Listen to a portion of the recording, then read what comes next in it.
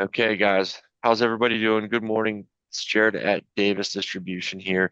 Thanks for joining us today. We have Josh Half here from Island Routers. He's going to go over some things with you guys, specifically on the Pro, but on the line. Um, he'll be able to speak to any dealers that um, we cannot reach on a technical level. Um, so, without further ado, I'll hand it off to you, Josh. Thank you, Jared, and good morning, everyone. So just to preface and kind of set up the call, the hope today is that you walk away with a really good knowledge of Island and how it's going to help you guys, how it's going to help integrators. And really, the way I like to do these is I like to break them up into sort of two parts. The first part is we're going to talk a little bit about the company and why Island, because as you know, we are a fairly new company in this very saturated market. And so it's important to understand who we are and where we come from. And then we're going to dive into the actual interface and a product demo. So let's jump in. I'm going to start by sharing my screen. My hope is to get you all out of here before the top of the hour. And I'm usually pretty good about that, but it just depends. If anyone has any questions, by the way, stop me in the middle. I'm happy to talk about it. Can everyone see my screen? Does it look good? I think it's sharing. I'm gonna trust you Yep, guys. yep, you're looking Bottom good, line on Josh. top, wonderful. Bottom line on top, Island is a wired only router, and it's wired by design.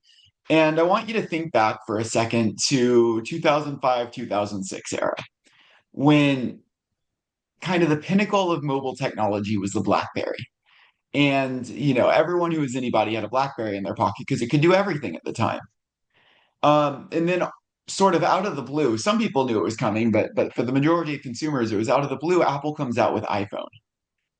And overnight, it revolutionized the way we think about and interface with mobile technology. And I'm going to suggest to you that that's very much what Island is doing today as well. Is that we are reimagining and completely changing the way that integrators and that end users can interface, think about, and manage their network. Uh, it's a bold claim, I know, but I promise we're going to get there. When you start to think about what's coming, what does networking look like today and what's coming down the pipeline? Networks are changing drastically, right? All of a sudden, networks went from, the computer, maybe there were a couple of computers, to there's now hundreds of IoT devices. Security is changing, and the way our security mechanisms operate are also changing drastically. Sorry, I'm trying to open up the chat. Scott can't hear anything. Scott, try turning up the volume on your computer. I made that mistake yesterday, actually.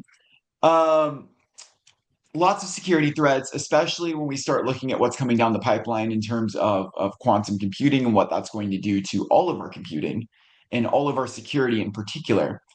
Wi-Fi 7 is here already. I don't know how many of you guys have Wi-Fi 7 installs or Wi-Fi 7 at home. It's here. It's fast. It's absurdly fast, and it puts more load on the network. And just local networks are growing overall. We have more devices and more things connected. And our team sort of took stock at this and with some influence and some suggestions from investors on things that they would like to see, that's why we built Island. That's the we saw the growth of home networks and we saw that there wasn't a great solution for the future out there. There's good solutions for today, but they're only just enough for today. And we'll get into the performance and I'll show you the performance aspects so you can see exactly why that is. But to really understand why our team's able to do that, you have to know who our team is. And the truth is, we're a startup, but we're a 40-year startup. We've been doing this a long time. Our team got started back at a company called DataPoint and it's based out of San Antonio in the 70s. There, one of our founders was the guy who wrote ArcNet, which was the first ever real LAN protocol. We also developed PowerLAN in the 80s. In the 90s, we did this product called Instant Internet. This was the first PPPoE gateway and the first ever VPN router. This is back when the internet, of course, ran on IP, but most business lands ran on a protocol called IPX. And getting those two to communicate was a headache and a half. And then all of a sudden, PerfTech comes out with instant internet, and you just plug in the LAN, you plug in the WAN, and everything just sort of worked. It was like magic. And that's kind of our company history, is taking really tough networking things and making them really easy. Instant internet was so successful that we were acquired by Bay Networks, and then our team was a large part of why Bay Networks was acquired by Nortel. We spun out from there, and for the past 2.5 decades or so, our team's been building boxes for the ISPs, so carrier grade hardware, handling millions of users at hundreds of gigabits per second. And we learned how to make things redundant. We learned how to make things reliable. We have some of these boxes that haven't been power cycled in now almost 15 years. They've been in full operation, live production, no power cycles.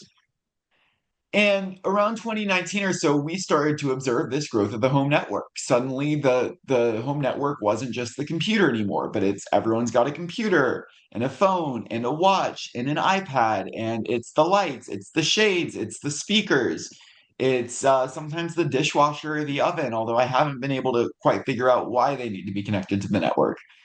And then at the same time, on the business end, when you look at commercial, it's access control systems, it's payment management systems, it's protecting internal resources. And as we're observing this, we were also approached by a team of by one of our investors who is looking for a better solution and said, "Hey, can you guys build a better security solution?" And we started to build a security solution and realized our security solution was faster than any other router on the market, and we were going to be slowed down by routers. And simultaneously, we sort of had this collective memory that we know how to build a router better than pretty much anyone else out there. We were the first ones ever to do it.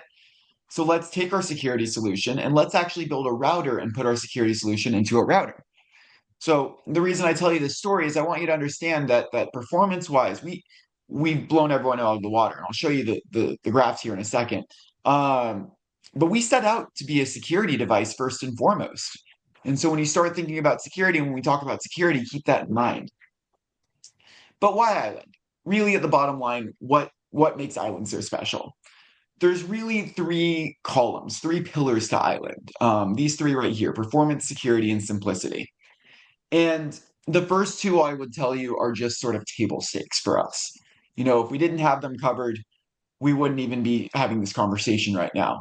But I'm going to go into them for you. So let's start with the performance.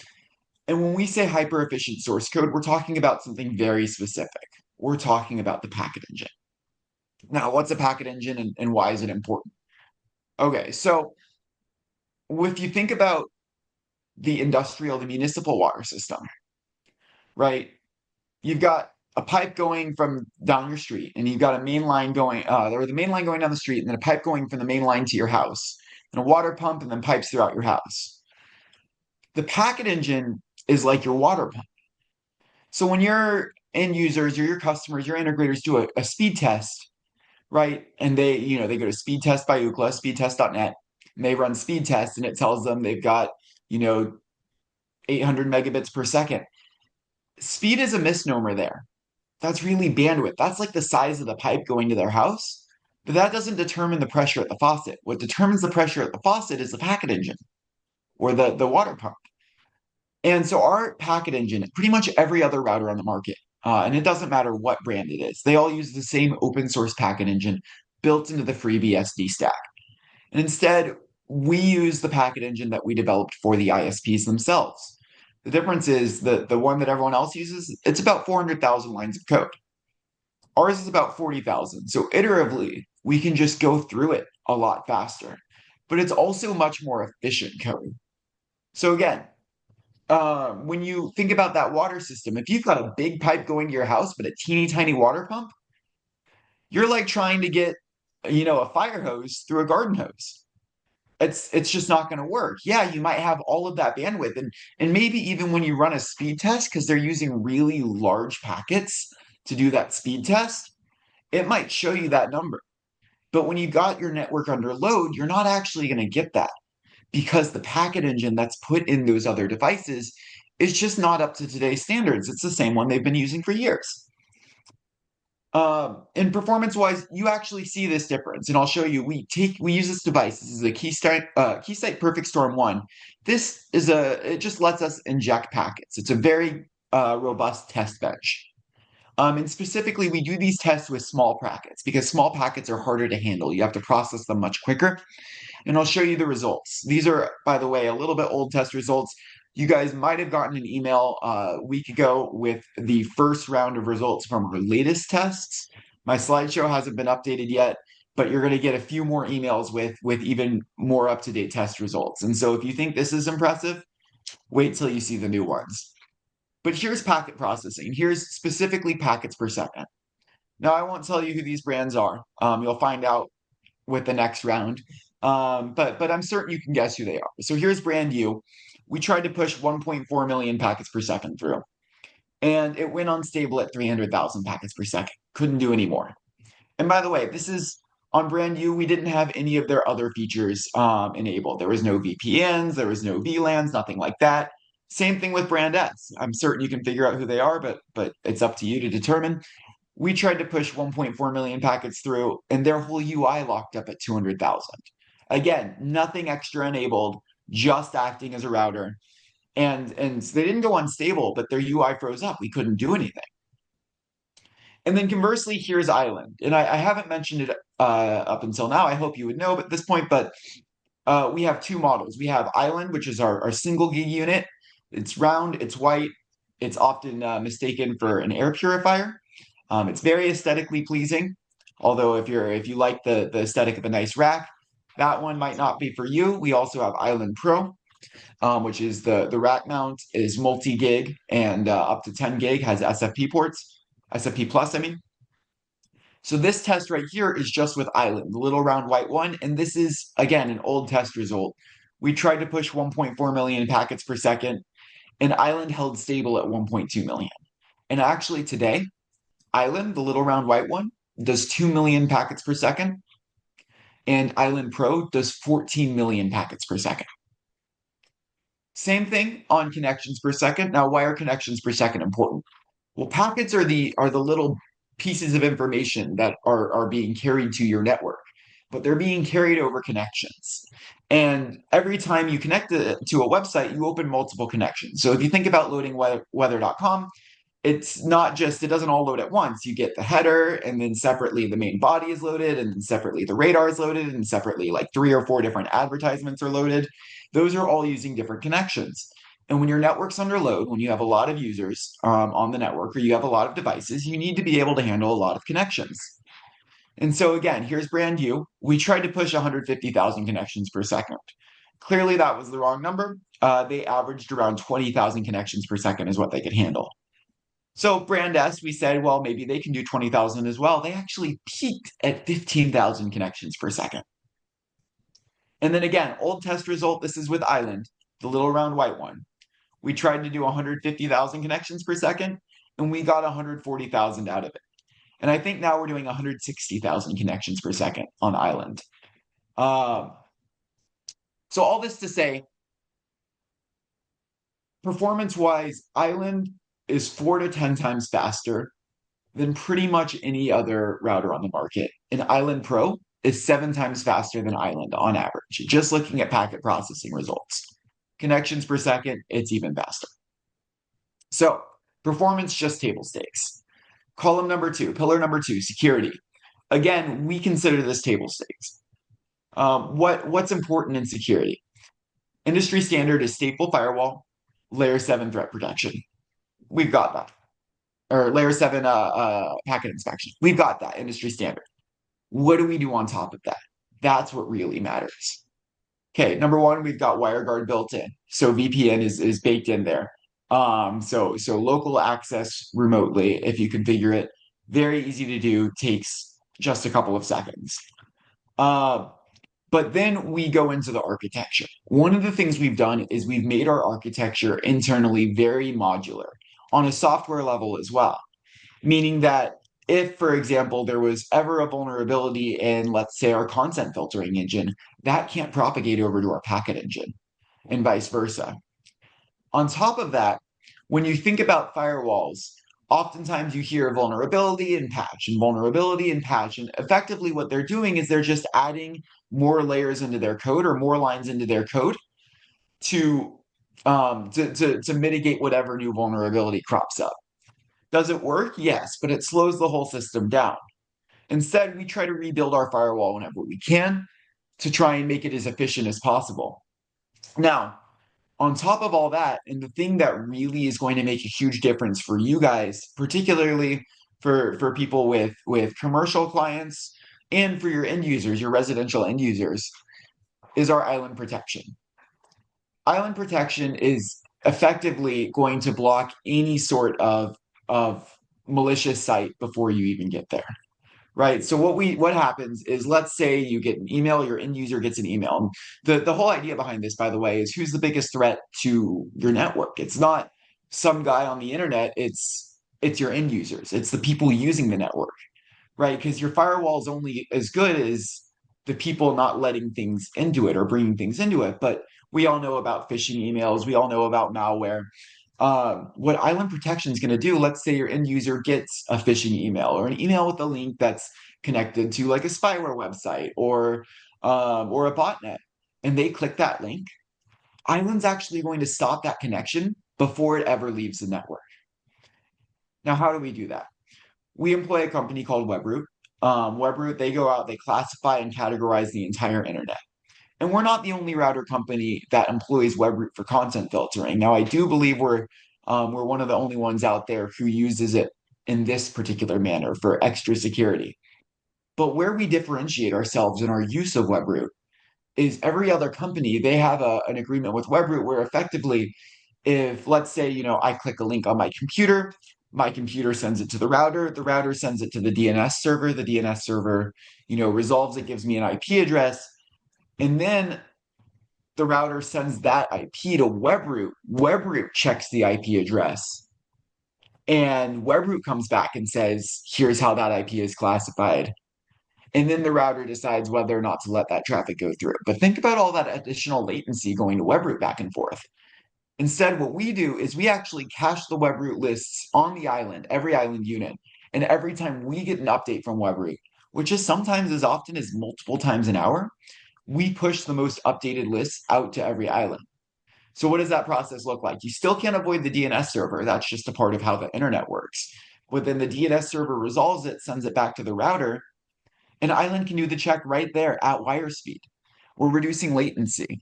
And we're keeping your end users safe, we're keeping their data safe, and we're keeping your network safe while we do it.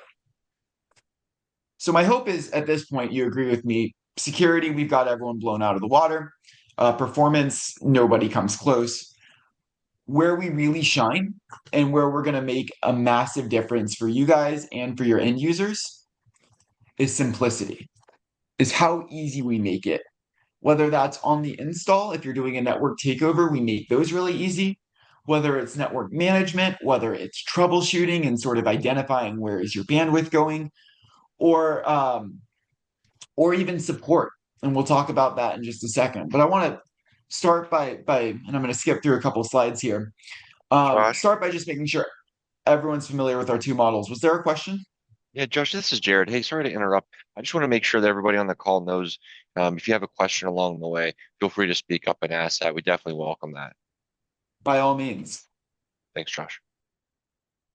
Thank you. So just to make sure you guys are aware of our two models, we talked about them a brief second earlier. We have Island and Island Pro. Now those prices you see up there are list price, MSRP. And I'm certain that Jared can give you more information on what Davis pricing is specifically. But the important thing to know about the two models and the thing to remember about differentiating them. Both of them are going to be outperform pretty much anything else out there. Island has single gig ports, four of them. Island Pro has six 2.5 gig ports and four SFP plus ports. Feature wise, though, they are both feature complete. Neither of them have subscription fees, and the interface, the UI between the two is identical or almost identical. Actually, the only difference between them is the screen that displays all of the ports. Obviously, the Island Pro has more ports, so it displays more ports. But otherwise, in terms of managing, in terms of learning how to use them, they're identical. So which one's the right one on a given use case? This is very important. I would tell you, and what I do tell integrators all the time, Island can handle pretty much anything. But there are several use cases where Island Pro is definitively the answer. If you have multi-gig or a need for multi-gig, whether it be local multi-gig, maybe you just have a whole bunch of cameras in an NVR and you want to have multi-gigabit connections between those, or whether it's you're getting multi-gig from your WAN, from your ISP, Island Pro is the answer in that case. If you have to have everything rack mounted and you want the nice clean rack look, Island Pro is the answer. Island can mount to a rack, but it mounts to the side of the rack magnetically. It doesn't have a formal rack mount. And then if you just want to have the absolute best performance, Island Pro is the answer. Otherwise, I would tell you, you can go very much either way. They're both going to outperform pretty much everything else that's out there. Let's talk about the simplicity aspect of it for a second, though. I've been saving this because I want to show you the UI. Let me see. Can you guys see the Island interface now? I might have to adjust my share. No. How's this? There you go. This show wonderful, wonderful. So this is our UI. This is through the web app, and I'm going to take you through it. But it's important to note, number one, the web app is identical to our mobile app. The only difference is when it's scaled all the way big like this. This sidebar right here is on the side. In the mobile app, this sidebar is just along the bottom. Otherwise, they look entirely identical. The web app is hosted on the island, so you have to be local to the network in order to use the web app. Caveated. Those integrators who like to use tools like Oversee or Unify or Domotes, um, I would tell them to keep using those tools. And if you put like the Oversee Pro Hub or the Unify Cloud Key on the network, then you can get into this island interface through that third-party management tool. However, you do have to be local to the network, and the reason that that works with like the Pro Hub is because the Pro Hub is acting as local to the network. Is in order to get to the web interface. The app interface though connects to the island or can connect to the island from anywhere. We also have a full and robust CLI. So anyone who is a command line interface kind of person, we have a. If you're familiar with the Cisco CLI, we've got it. So let's dive into the interface for a quick sec. So right off the bat, I want to show you I have my island in what's called geek mode. We also have help mode, which annotates everything on screen. Personally, I find help mode to be kind of cluttered, so I'm going to turn that off. But I'm going to flip-flop between geek mode for a little bit throughout this. Right off the bat, you see the island logo here, which indicates that the internet connection is good. If there was any issue with the internet connection, this would be replaced with either a yellow exclamation point indicating that there's still connection, but Island sensing something strange going on, maybe a degraded connection, or a big red exclamation point indicating the ISP is down entirely. We're not seeing any internet from the ISP. So it's a very easy, quick check.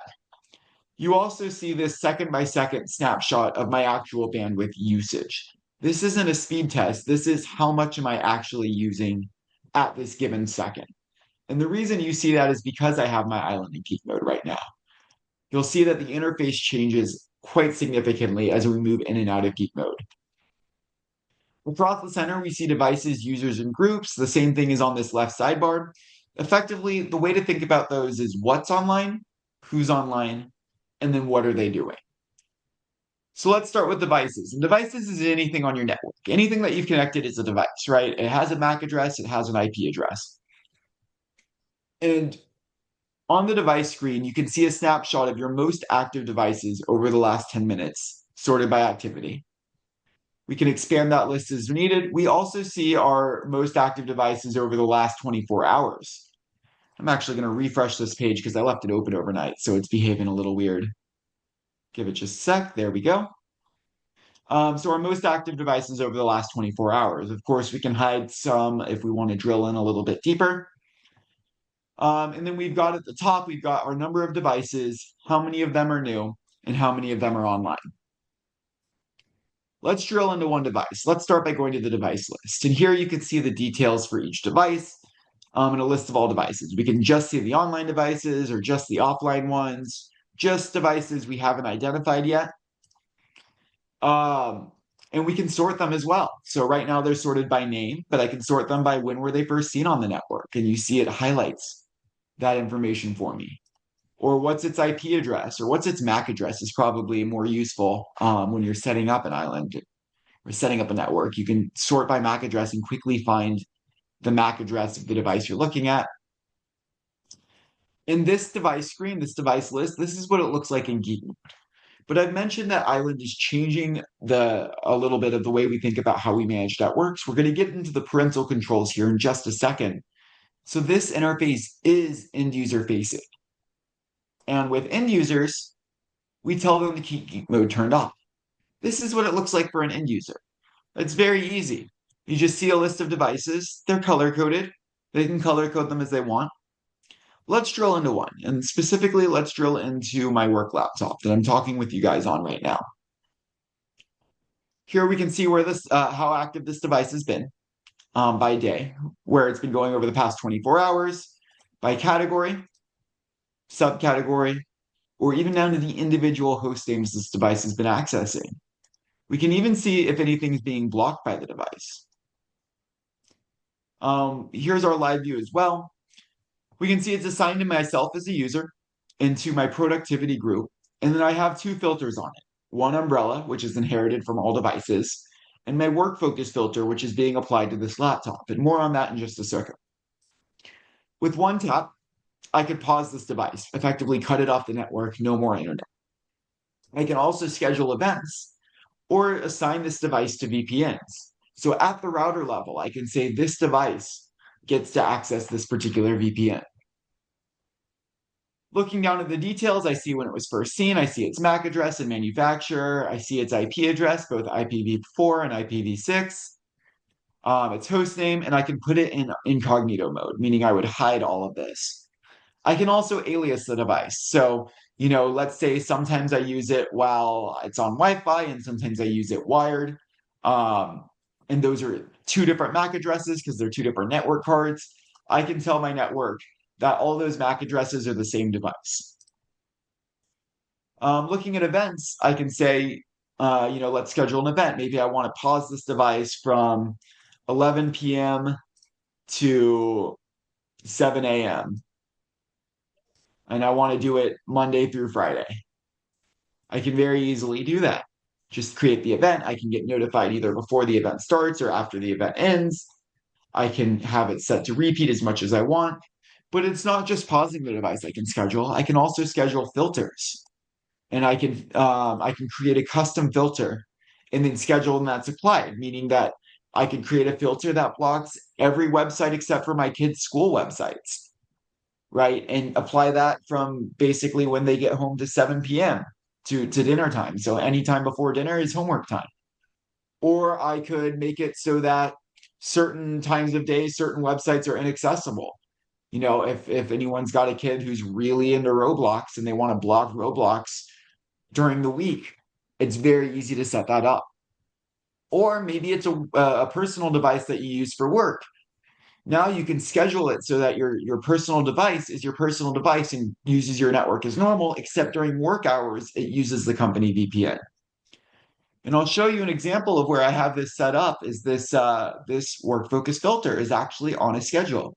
So Monday through Friday, 8:30 a.m. to 5:30 p.m. My work laptop has this work focus filter. Now, what does that work focus filter do? It blocks certain categories, and I'll show you in a minute. But actually, let's take a look at that right now. We're going to come back to this screen in a moment, but we're going to take a look at that work focus filter. Right here, it's blocking dating, online greeting cards, and social networking. Now, blocking social networking, one would think is a good thing, but that also blocks Zoom and LinkedIn, which obviously would be a problem. So you'll see I've actually made specific allowances for Zoom and LinkedIn to go through.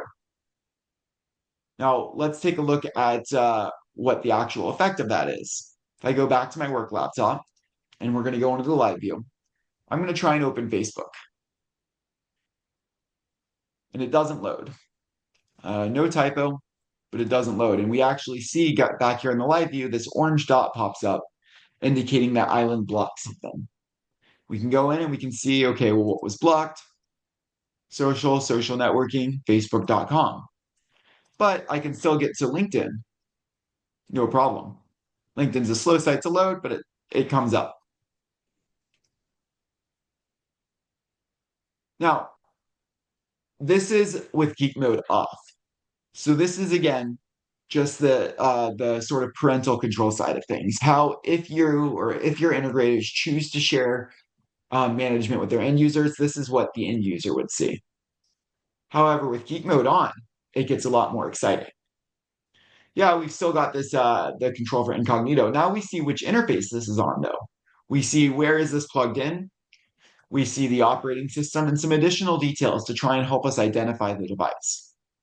Here's where we can set any sort of DHCP reservations. It's as simple as clicking add reservation, typing an IP address and hitting save. We can also set port forwards for this device or enable UPnP on a per device basis. My hope is that your integrators aren't doing too much of either of those.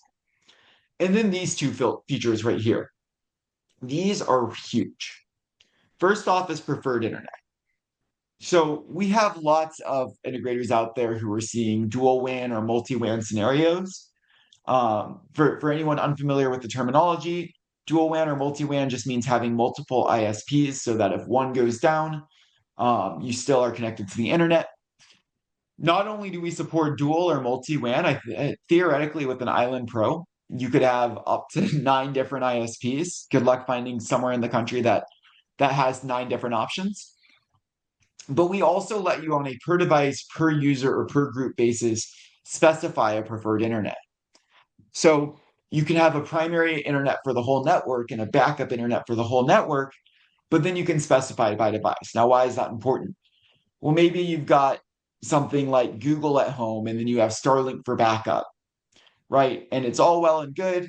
And you're only paying for a gigabit plan from Google. And then all of a sudden summer hits and your kids are home from school and they each have an Xbox and they're on them constantly. And you're trying to get some work done and you feel like you're competing for bandwidth. Well, you can set your kids' devices to prefer to use the backup. And so they'll still fail over and you'll still fail over either way, but now you're not competing for bandwidth anymore. Or let's say, like, for example, here in San Antonio, for a long time, the two main ISPs were AT&T and Spectrum.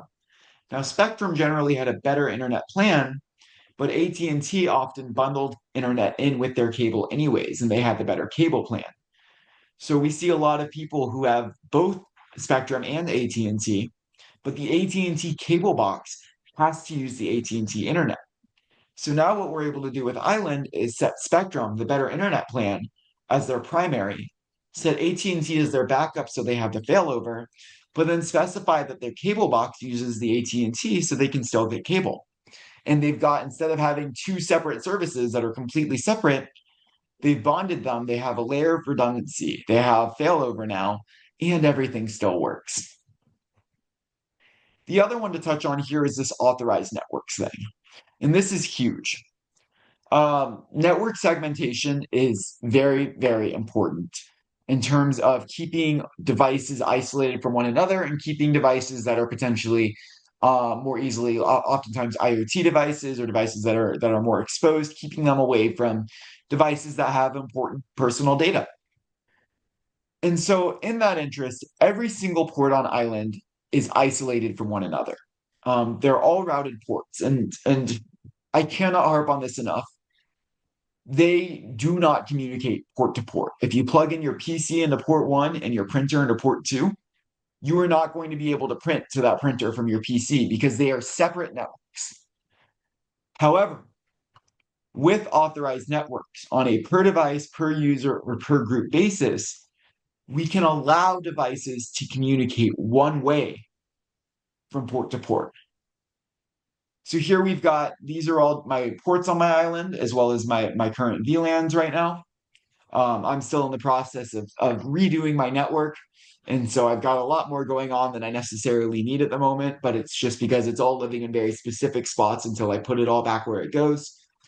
Um, but here, so for example, I do a lot of self-hosting. I have a Raspberry Pi with Nginx on it on its own port on Island. And I've authorized my work laptop to go and communicate with that port. So I can get into my Raspberry Pi and I can go in and edit the configuration. But I haven't authorized that Raspberry Pi to talk back. So effectively, that Raspberry Pi can't see my work laptop living over here on port 10. The Raspberry Pi is over here on port 1. The Raspberry Pi can't see my work laptop until my work laptop reaches out and starts a communication. And then the Raspberry Pi can respond, but as soon as that sort of communication session is over, the Raspberry Pi can't see my work laptop anymore. My work laptop can still see the Raspberry Pi. So what is this doing? This is effectively giving you the ability to set up separate networks and to install network segmentation without necessarily needing it to configure a VLAN. Simply just use a different port on Island. Are there any questions over the controls for for a particular device? I'm going to pause here for a moment and take a second. I see some questions here. Troy, you have a dealer who has a local ISP that uses PPPoE. Do you know what? Ah, yes, great question. So currently we do not support PPPoE. I do not know if and when we are going to add that. We were honestly a little bit taken aback by, and perhaps it's because we're based in Texas, um, where it's a lot of big cities and a lot of constantly updated infrastructure. I don't think we were a little bit shocked to see how prevalent PPPoE is still is. Um, so we're looking into it. We certainly know how to do PPPoE, but I don't have any sort of timeline on that currently. What is acceptable operating temperatures? Yeah, 70 is totally normal, Scott. Um, it does run warm, but it's because the island has an Intel uh, uh, quad core CPU in it, and the Island Pro actually has an octa core CPU in it. So it runs warm. It's not too loud though, and I wouldn't worry about that temperature. That's totally normal. So those are all the controls for one particular device. Let's talk about users and groups really quickly. Users and groups are just ways to manage multiple devices. And the only difference between them is that you can add multiple users to a group, but you can't add groups to a user. So typically we see a user for every person in the household. So for example, here's my user, and now we're looking at my traffic across all of my devices, right? You can see all the devices I've assigned to myself um, across the top here, and then I could go and check off more devices to add them in. You can also see a live view of my network traffic across all my devices or where I've been going across all my devices, category, subcategory, down to the individual host names you get by device. And again, you can assign my user to a group. You can apply a filter by user. Now we can pause the entire user, meaning we would pause all devices associated with this user or schedule an event. So this is how you start to get into really parental controls. It's not just shutting off, going through and pausing the phone, pausing the device, doing it all separately. Instead, you add all of those devices to a user. So when little Timmy doesn't, mow the lawn or whatever, you just go in, click on Timmy and hit pause and everything shut off. You can also schedule events this way, where the event will then impact all of the devices. Or VPN, same thing. Perfect. Check. Authorized networks, you have the same sort of access and preferred internet as well. Now you don't see all of the details about MAC address, first seeing whatnot, because this is a user. This is multiple devices. Those are all specific to a device. Typically, we see a user for everyone in the household, and then also a group called kids. So that, if Johnny's acting up, pause Johnny. If Timmy's acting up, pause Timmy. If they're fighting with each other, pause the kids group, right? What I like to use groups for personally is I like to use it to differentiate types of network traffic. So I've got my productivity devices and my mobile devices, network infrastructure, like my switches, for example. my router. Home Lab is my home server and my Raspberry Pis. Internet of Things is stuff like my smart lock or my Google Home. Media is my TVs.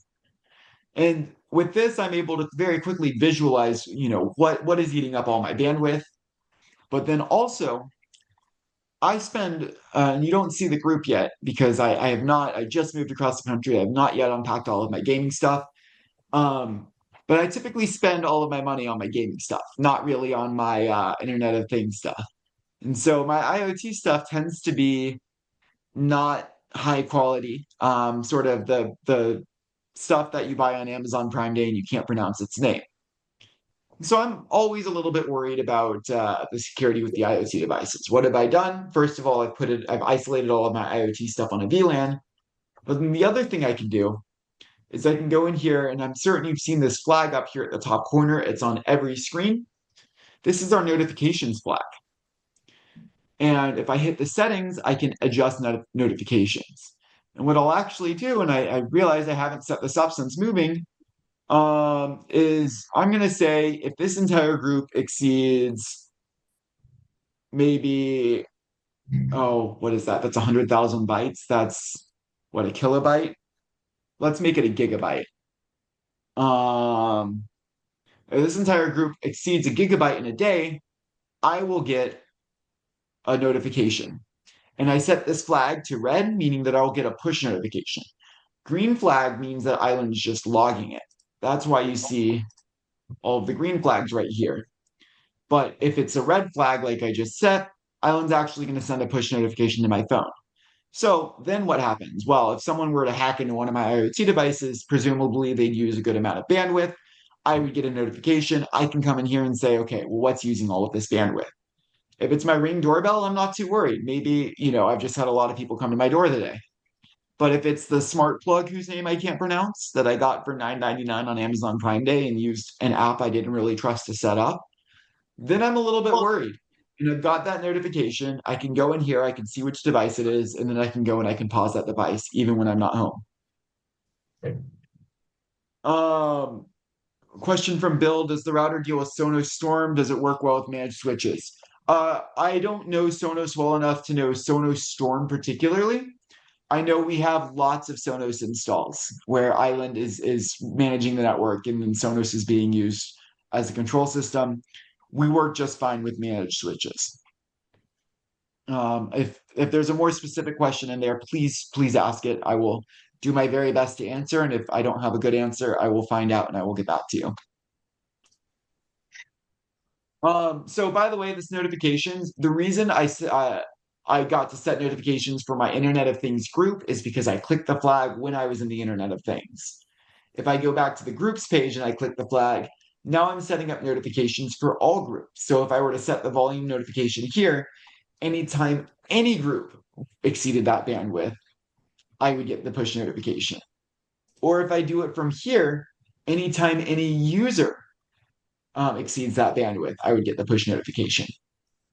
Now, what's really funny is we actually have a couple of users who live in areas where the cell coverage isn't great, and so they use Wi-Fi for everything. They've set up notifications for when their kids' devices go online and come offline, so they know when their adult children are sneaking out of the house and not. So that's devices, users, and groups are effective ways to manage devices and manage groups of devices simultaneously. Let's talk about security for a second. We can set security levels for all devices on the network or just new devices, right? By default, we have one umbrella. Now, what are the umbrellas? Well, let's take a look. One umbrella is the island protection, right? That is just going to block these 8 categories. That's what we talked about earlier when we talked about security. We can also enable safe search or safe video search, or we can apply custom filters. 2 umbrellas is the island protection and then also blocks anything that's considered adult and pornography. And then 3 umbrellas is the island protection and blocks everything in this mature content category. Anything associated with any of these categories, we're going to block under 3 umbrellas, which makes it really easy when you go and manage a device because you can say, you know what, this one's a kid's device. Let's put it on 2 umbrellas. Or this one, this one's an adult device. Well, one umbrella is enough. Not only can you set the security level on a per device, per user, per group basis, you can set security for all devices on your network holistically, or just new devices. So that is devices that you haven't gone into the Island app and identified, right? And with new devices as well, we can pause private MAC addresses because I'm certain those of you who deal with parental controls, you hear this a lot. Well, parental controls are all well and good until my kid figured out that they could go turn on the private MAC address on their phone, and then all of a sudden they get around it all. Well, we can block those private MAC addresses. We can detect them and we can prevent them from having any network access. The other option is you can turn the private address on, get the MAC address, turn the private address off, get the MAC address, alias those two together so that so that Island knows they're the same device. And then it doesn't matter whether the kids turn it on or off. Even better is we can set up on your kids' devices a VPN locked behind, on Apple, you can lock the VPN configuration behind parental control so the kids can't disable it. Such that no matter whether they're home or away, all their traffic is always going to come through Island and have all of the security protections and all the parental controls applied to it. Now, we can adjust what the umbrellas do. So right here under the umbrella filters, here's where I could say, you know what, maybe I want, this is one umbrella right now. Maybe I don't want one umbrella to block spyware. Maybe I want to have spyware on my network. I can do that. Or maybe I want two umbrellas to block adult and pornography and also alcohol and tobacco content. But changing the umbrellas here is actually redefining what they do for the entire network. I'm going to discard these changes. Instead, you might want to use custom filters where you can create a custom filter by country and block anything hosted in a particular country or set of countries. Or, what was that? Did someone have a question? Oh, I see a question in the chat. What about Wi-Fi or access points? We're agnostic. The one thing we don't work with is Google Mesh. I hope no one's using that anyways. Other than that, use whatever you want. I will tell you, I have used plenty of different things in the past. I ran off of Netgear for a few months last year. Currently, I have Ubiquiti, and I'm testing with some Luxul gear. We're totally agnostic about what switches, what access points you use. Our goal is to just be a really good router and let you guys use whatever you're used to for the rest of it. Just let us handle the routing itself. Custom filters, we can also do filters by category. So we can say we're going to block these particular categories. And then, of course, allow or block specific host names. Once we create a filter, maybe I want to create an ad blocker. We'll name it, call it ad blocker, and then we can apply it by device, by user, by group, or we can just save the filter and we can schedule it later. Any questions about the controls for devices or about security? All right, I've got just a couple minutes left. We're going to jump through here real quick. Let's look at the network screen. I'm running off of the Island Pro, which is why you see all of these ports. The way it's organized is, you've got ports and then VLANs under each port. Again, each port is separately routed. So you'll notice like this has its own IP scheme and this has its own IP scheme. Meaning that I've had to use the authorized networks to make things communicate for each other. So for example, my Nginx has to communicate with the stuff over here. So I've authorized Nginx. I think I did it on a per port level, actually. Yeah, to access the external port on my server effectively so that it can route traffic to all of my hosted services. Scrolling down, we have our own DNS built in, free of charge. You can configure your DNS however you want to. Here's where you can see a list of your DHCP reservations. You can also add them here. I recommend going to the device screen rather than scrolling through this list. It's a little bit easier the other way. Same thing with port forwards and UPnP. I do still have this in geek mode, right? I do, yes. Now, out of the box, your island ships with every port in what's called fully automatic mode, like this, meaning that port can be either WAN or LAN. And when you connect something to it, Island will make the determination. So, for example, I've plugged something into this port. Specifically, I think this is the port I was using to test the Luxul gear yesterday. No, this is the port I was using to test the Luxul gear. That's why you see that Luxul IP scheme, 192.168.0.1. But as soon as I plugged a Luxul switch in, Island detected it and decided that's a LAN port. So it still has the port in fully automatic, but it's recommending I change it to LAN. And if I click this, I can lock down the ports by just hitting lock. Now, that's not going to live there, which is why I'm not locking down that port. But even if I did lock it down, like for example, this port's locked down, I could go back in and I could change it if I wanted to, change the mode. And here's on a per port basis where you can, and even with VLANs as well, you can change and manage the IP address and in the mode that that port or that network is in. Moving down, VPNs we've made very, very easy. We have two types of VPN built in. Site to site and client to site. What's the difference? Site to site VPN, let's say that you've got an end user with a house and a vacation house, and they come to you and they say, I'm so sick of having to pay two separate Netflix accounts because every time I go to my beach house, Netflix makes me log out of everything because they think I'm traveling. So I decided to just get a second one. With a site to site VPN, if you put an island in each of those locations, one at the home and one at the vacation home, you can create very easily an Island Express VPN, where when you set up Island Express, you just put in the secret and the DDNS address of the other island and hit create. Boom, you have a VPN. And then all of a sudden, every TV at the vacation house can act as if it's living at the house, get all of the normal home, like the TV channels, and also Netflix isn't going to have any issue. You can just have one Netflix account. Or oftentimes we see this in commercial environments. We see an Island Pro at the main office and then an island at every satellite office so that they can quickly have all of their employees' traffic be able to access the resources at their main hub. Client to site VPN, let's say you wanted to connect your PC specifically back home to your island, is even easier. It's as simple as creating a name for the VPN and hitting create and share. So if I put in test VPN right here as the name and hit create, it downloads a config file. I don't know if you could see that pop up, but it downloaded a config file. I'm not going to save it, but I would then just take that config file and upload it into my WireGuard client. WireGuard is free. The client is free. It's on iOS, Android, Windows, Mac. And that would create the VPN. I'm going to delete this before I forget to delete it. So it's so easy. I've actually set up a VPN while carrying a drink and walking through the airport. Moving down to tours. Tours is the one thing that does not work on the web app, only on the mobile app, because the web app is hosted on the island itself, whereas the mobile app is hosted on the mobile device.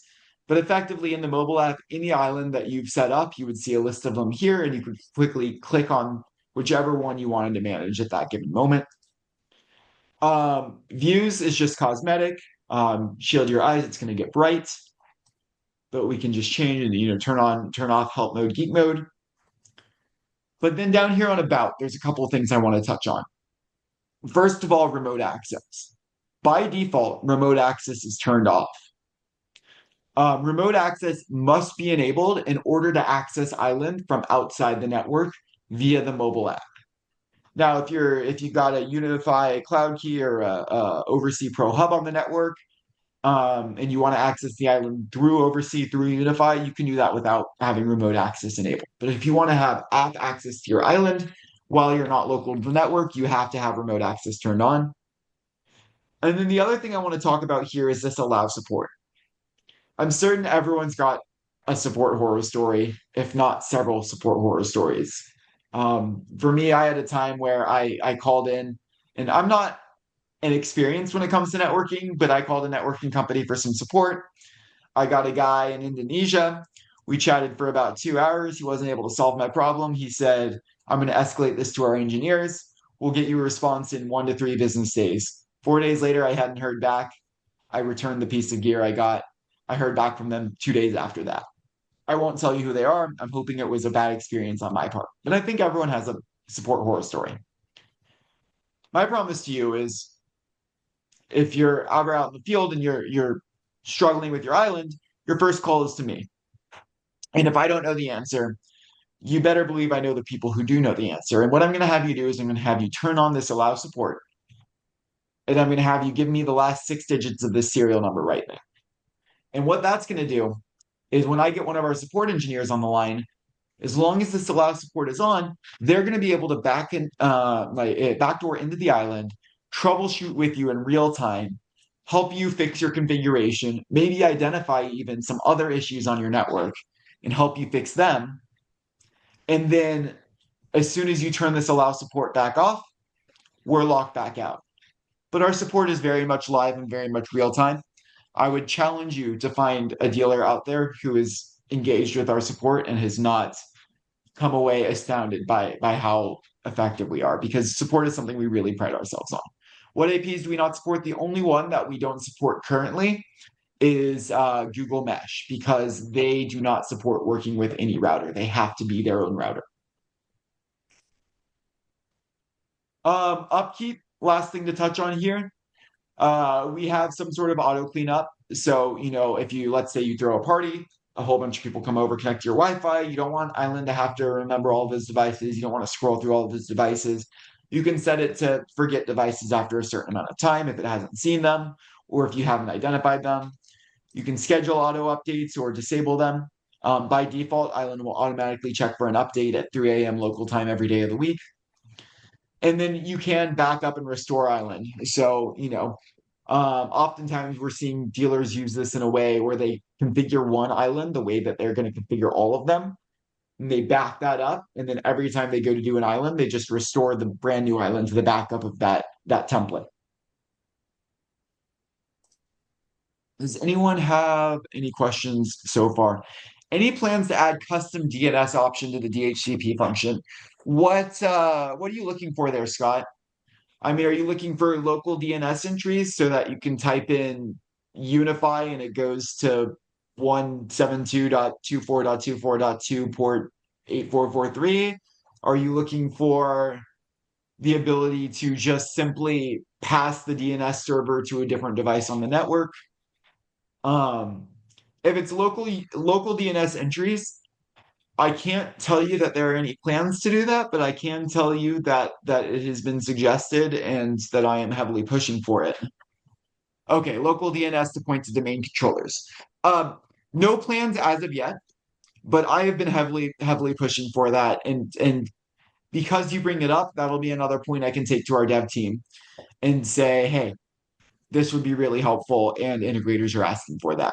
So thank you. I actually really appreciate that, because I think that would be a really, really big quality of life difference if you no longer have to type in IP addresses and port numbers when you're managing your network.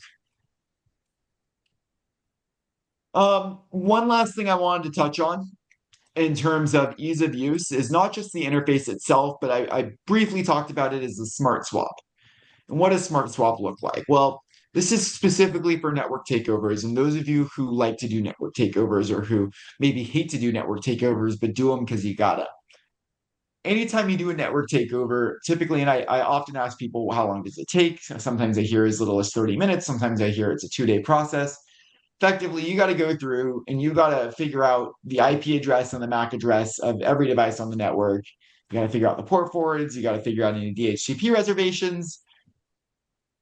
And then you gotta recreate it all. You gotta print out this whole big table and then rebuild it all. With Island, we can save you a lot of time. Typically, you walk in and the network goes modem to router, router to switch, switch to all of your devices and your access points. What we can do with Island is, through the smart swap process, is we set it up in a sort of one-legged mode. When you're usually setting up a router, you set up the WAN and then you set up the LAN. Through the smart swap process, it's the opposite. So the network's already up and running. We come in and we want to take it over with the island. We plug island into the switch while their pre-existing router is still up and running. And we wait about 2 minutes, and island goes and learns the entire network. It learns every device by IP address, by MAC address, It tries to do some fingerprinting and identify the manufacturer, what's the operating system, and tries to help you identify that device. And then after about 2 minutes, you disconnect the old router from the network while it's still up and running. At that point, Island says, hey, the gateway's gone. No one's hosting the DHCP server, but I have the DHCP table. Why don't I host the DHCP server? And whatever the old gateway address was before, that's now my IP address. So nothing else has to be power cycled. And everything gets to keep its same IP address it had before. And then at that point, all you got to do is move the WAN from the old router over to Island, and you're done. Now, the two things we don't carry over are DHCP reservations and port forwards. Reservations, we just have no way to detect them. But again, through the Smart Swap, every device will have the same IP address. So then you just come through the Island app, click on the device, click on DHCP reservations. The correct IP address should be in there, and you hit save. Port forwards, you do have to recreate, but there's usually not that many port forwards on the network. If you're using a ton of port forwards, just why? Ah, I tease. I use port forwards, but port forwards are always a little bit less insecure, so it's always good to know what you're doing when you're using port forwards. Does anyone have any other questions that I can answer?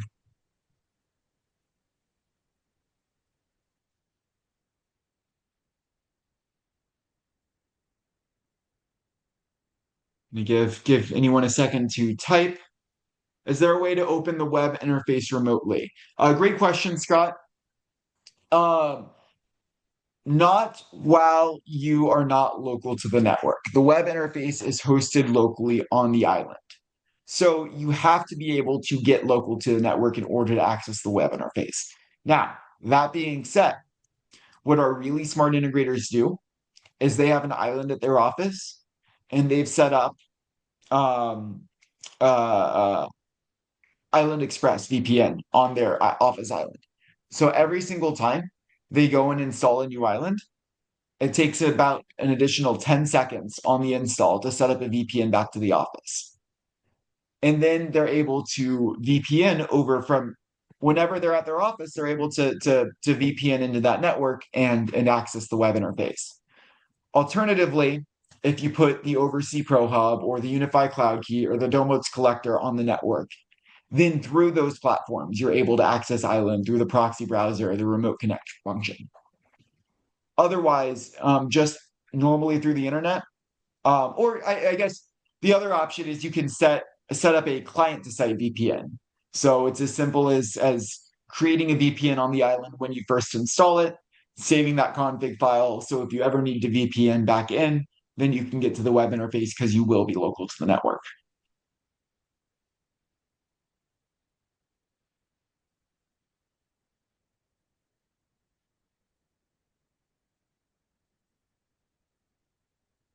Seeing no other questions, we're going to wrap up in just a moment. The last thing I want to touch on is some opportunities that there are right now. So right now, Island has two current bundles going on. One of them is with Intellinet switches, and then one of them is with Luxul switches and access points. So now is a great time to get involved with Island, to get dealers involved with Island, because there's also additional savings that they can get. And this is really the only solution on the market right now that is future proofed. And as I would encourage you all to keep an eye on your emails over the next couple of weeks as we come out with our latest round of test results, it's going to be a night and day difference. We just saw the TCP connections per second comparison graphic last week in an email. And I mean, it was a bar chart. Let me see if I can find it real quick. I bet. Oh, you know what? I don't have it saved. I'd have to go through my email to find it for you guys. We practically needed to use a logarithmic scale to be able to show everything. So performance wise, security wise, this is the solution that's gonna really drive your integrator's business. It's a solution for the parental controls for the ease of use. That their end users are going to start speccing for them. And it's one that's going to save them time, build margins. It's got solid margins on it, and just be a lot more robust and easy for them to use. So thank you all for making the time this morning. I went just a couple of minutes over. I'll stick around for a few minutes if anyone has any additional questions. Otherwise, I'm going to say thank you and wish you all a wonderful rest of your day.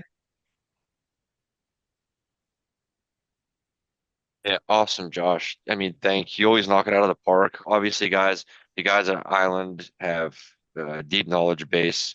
You put them on the spot and they can answer anything that I've ever thrown at them. And they're accessible. They're all, stateside, and always been able to help us. So, if you're thinking about trying the product, don't hesitate. They're here for you, and they'll definitely come through. Um, don't forget, we are a stocking distributor. We do have current bundle promos with Intellinet and Luxul, and Island is an elite brand for you guys who participate in our elite program. Um, so a bunch of perks with this line. Um, I don't know if I see any more questions out here. By the way, I'm going to put my email in the chat. Okay. Can you use this in place of hardware? Yes, by all means, Dan.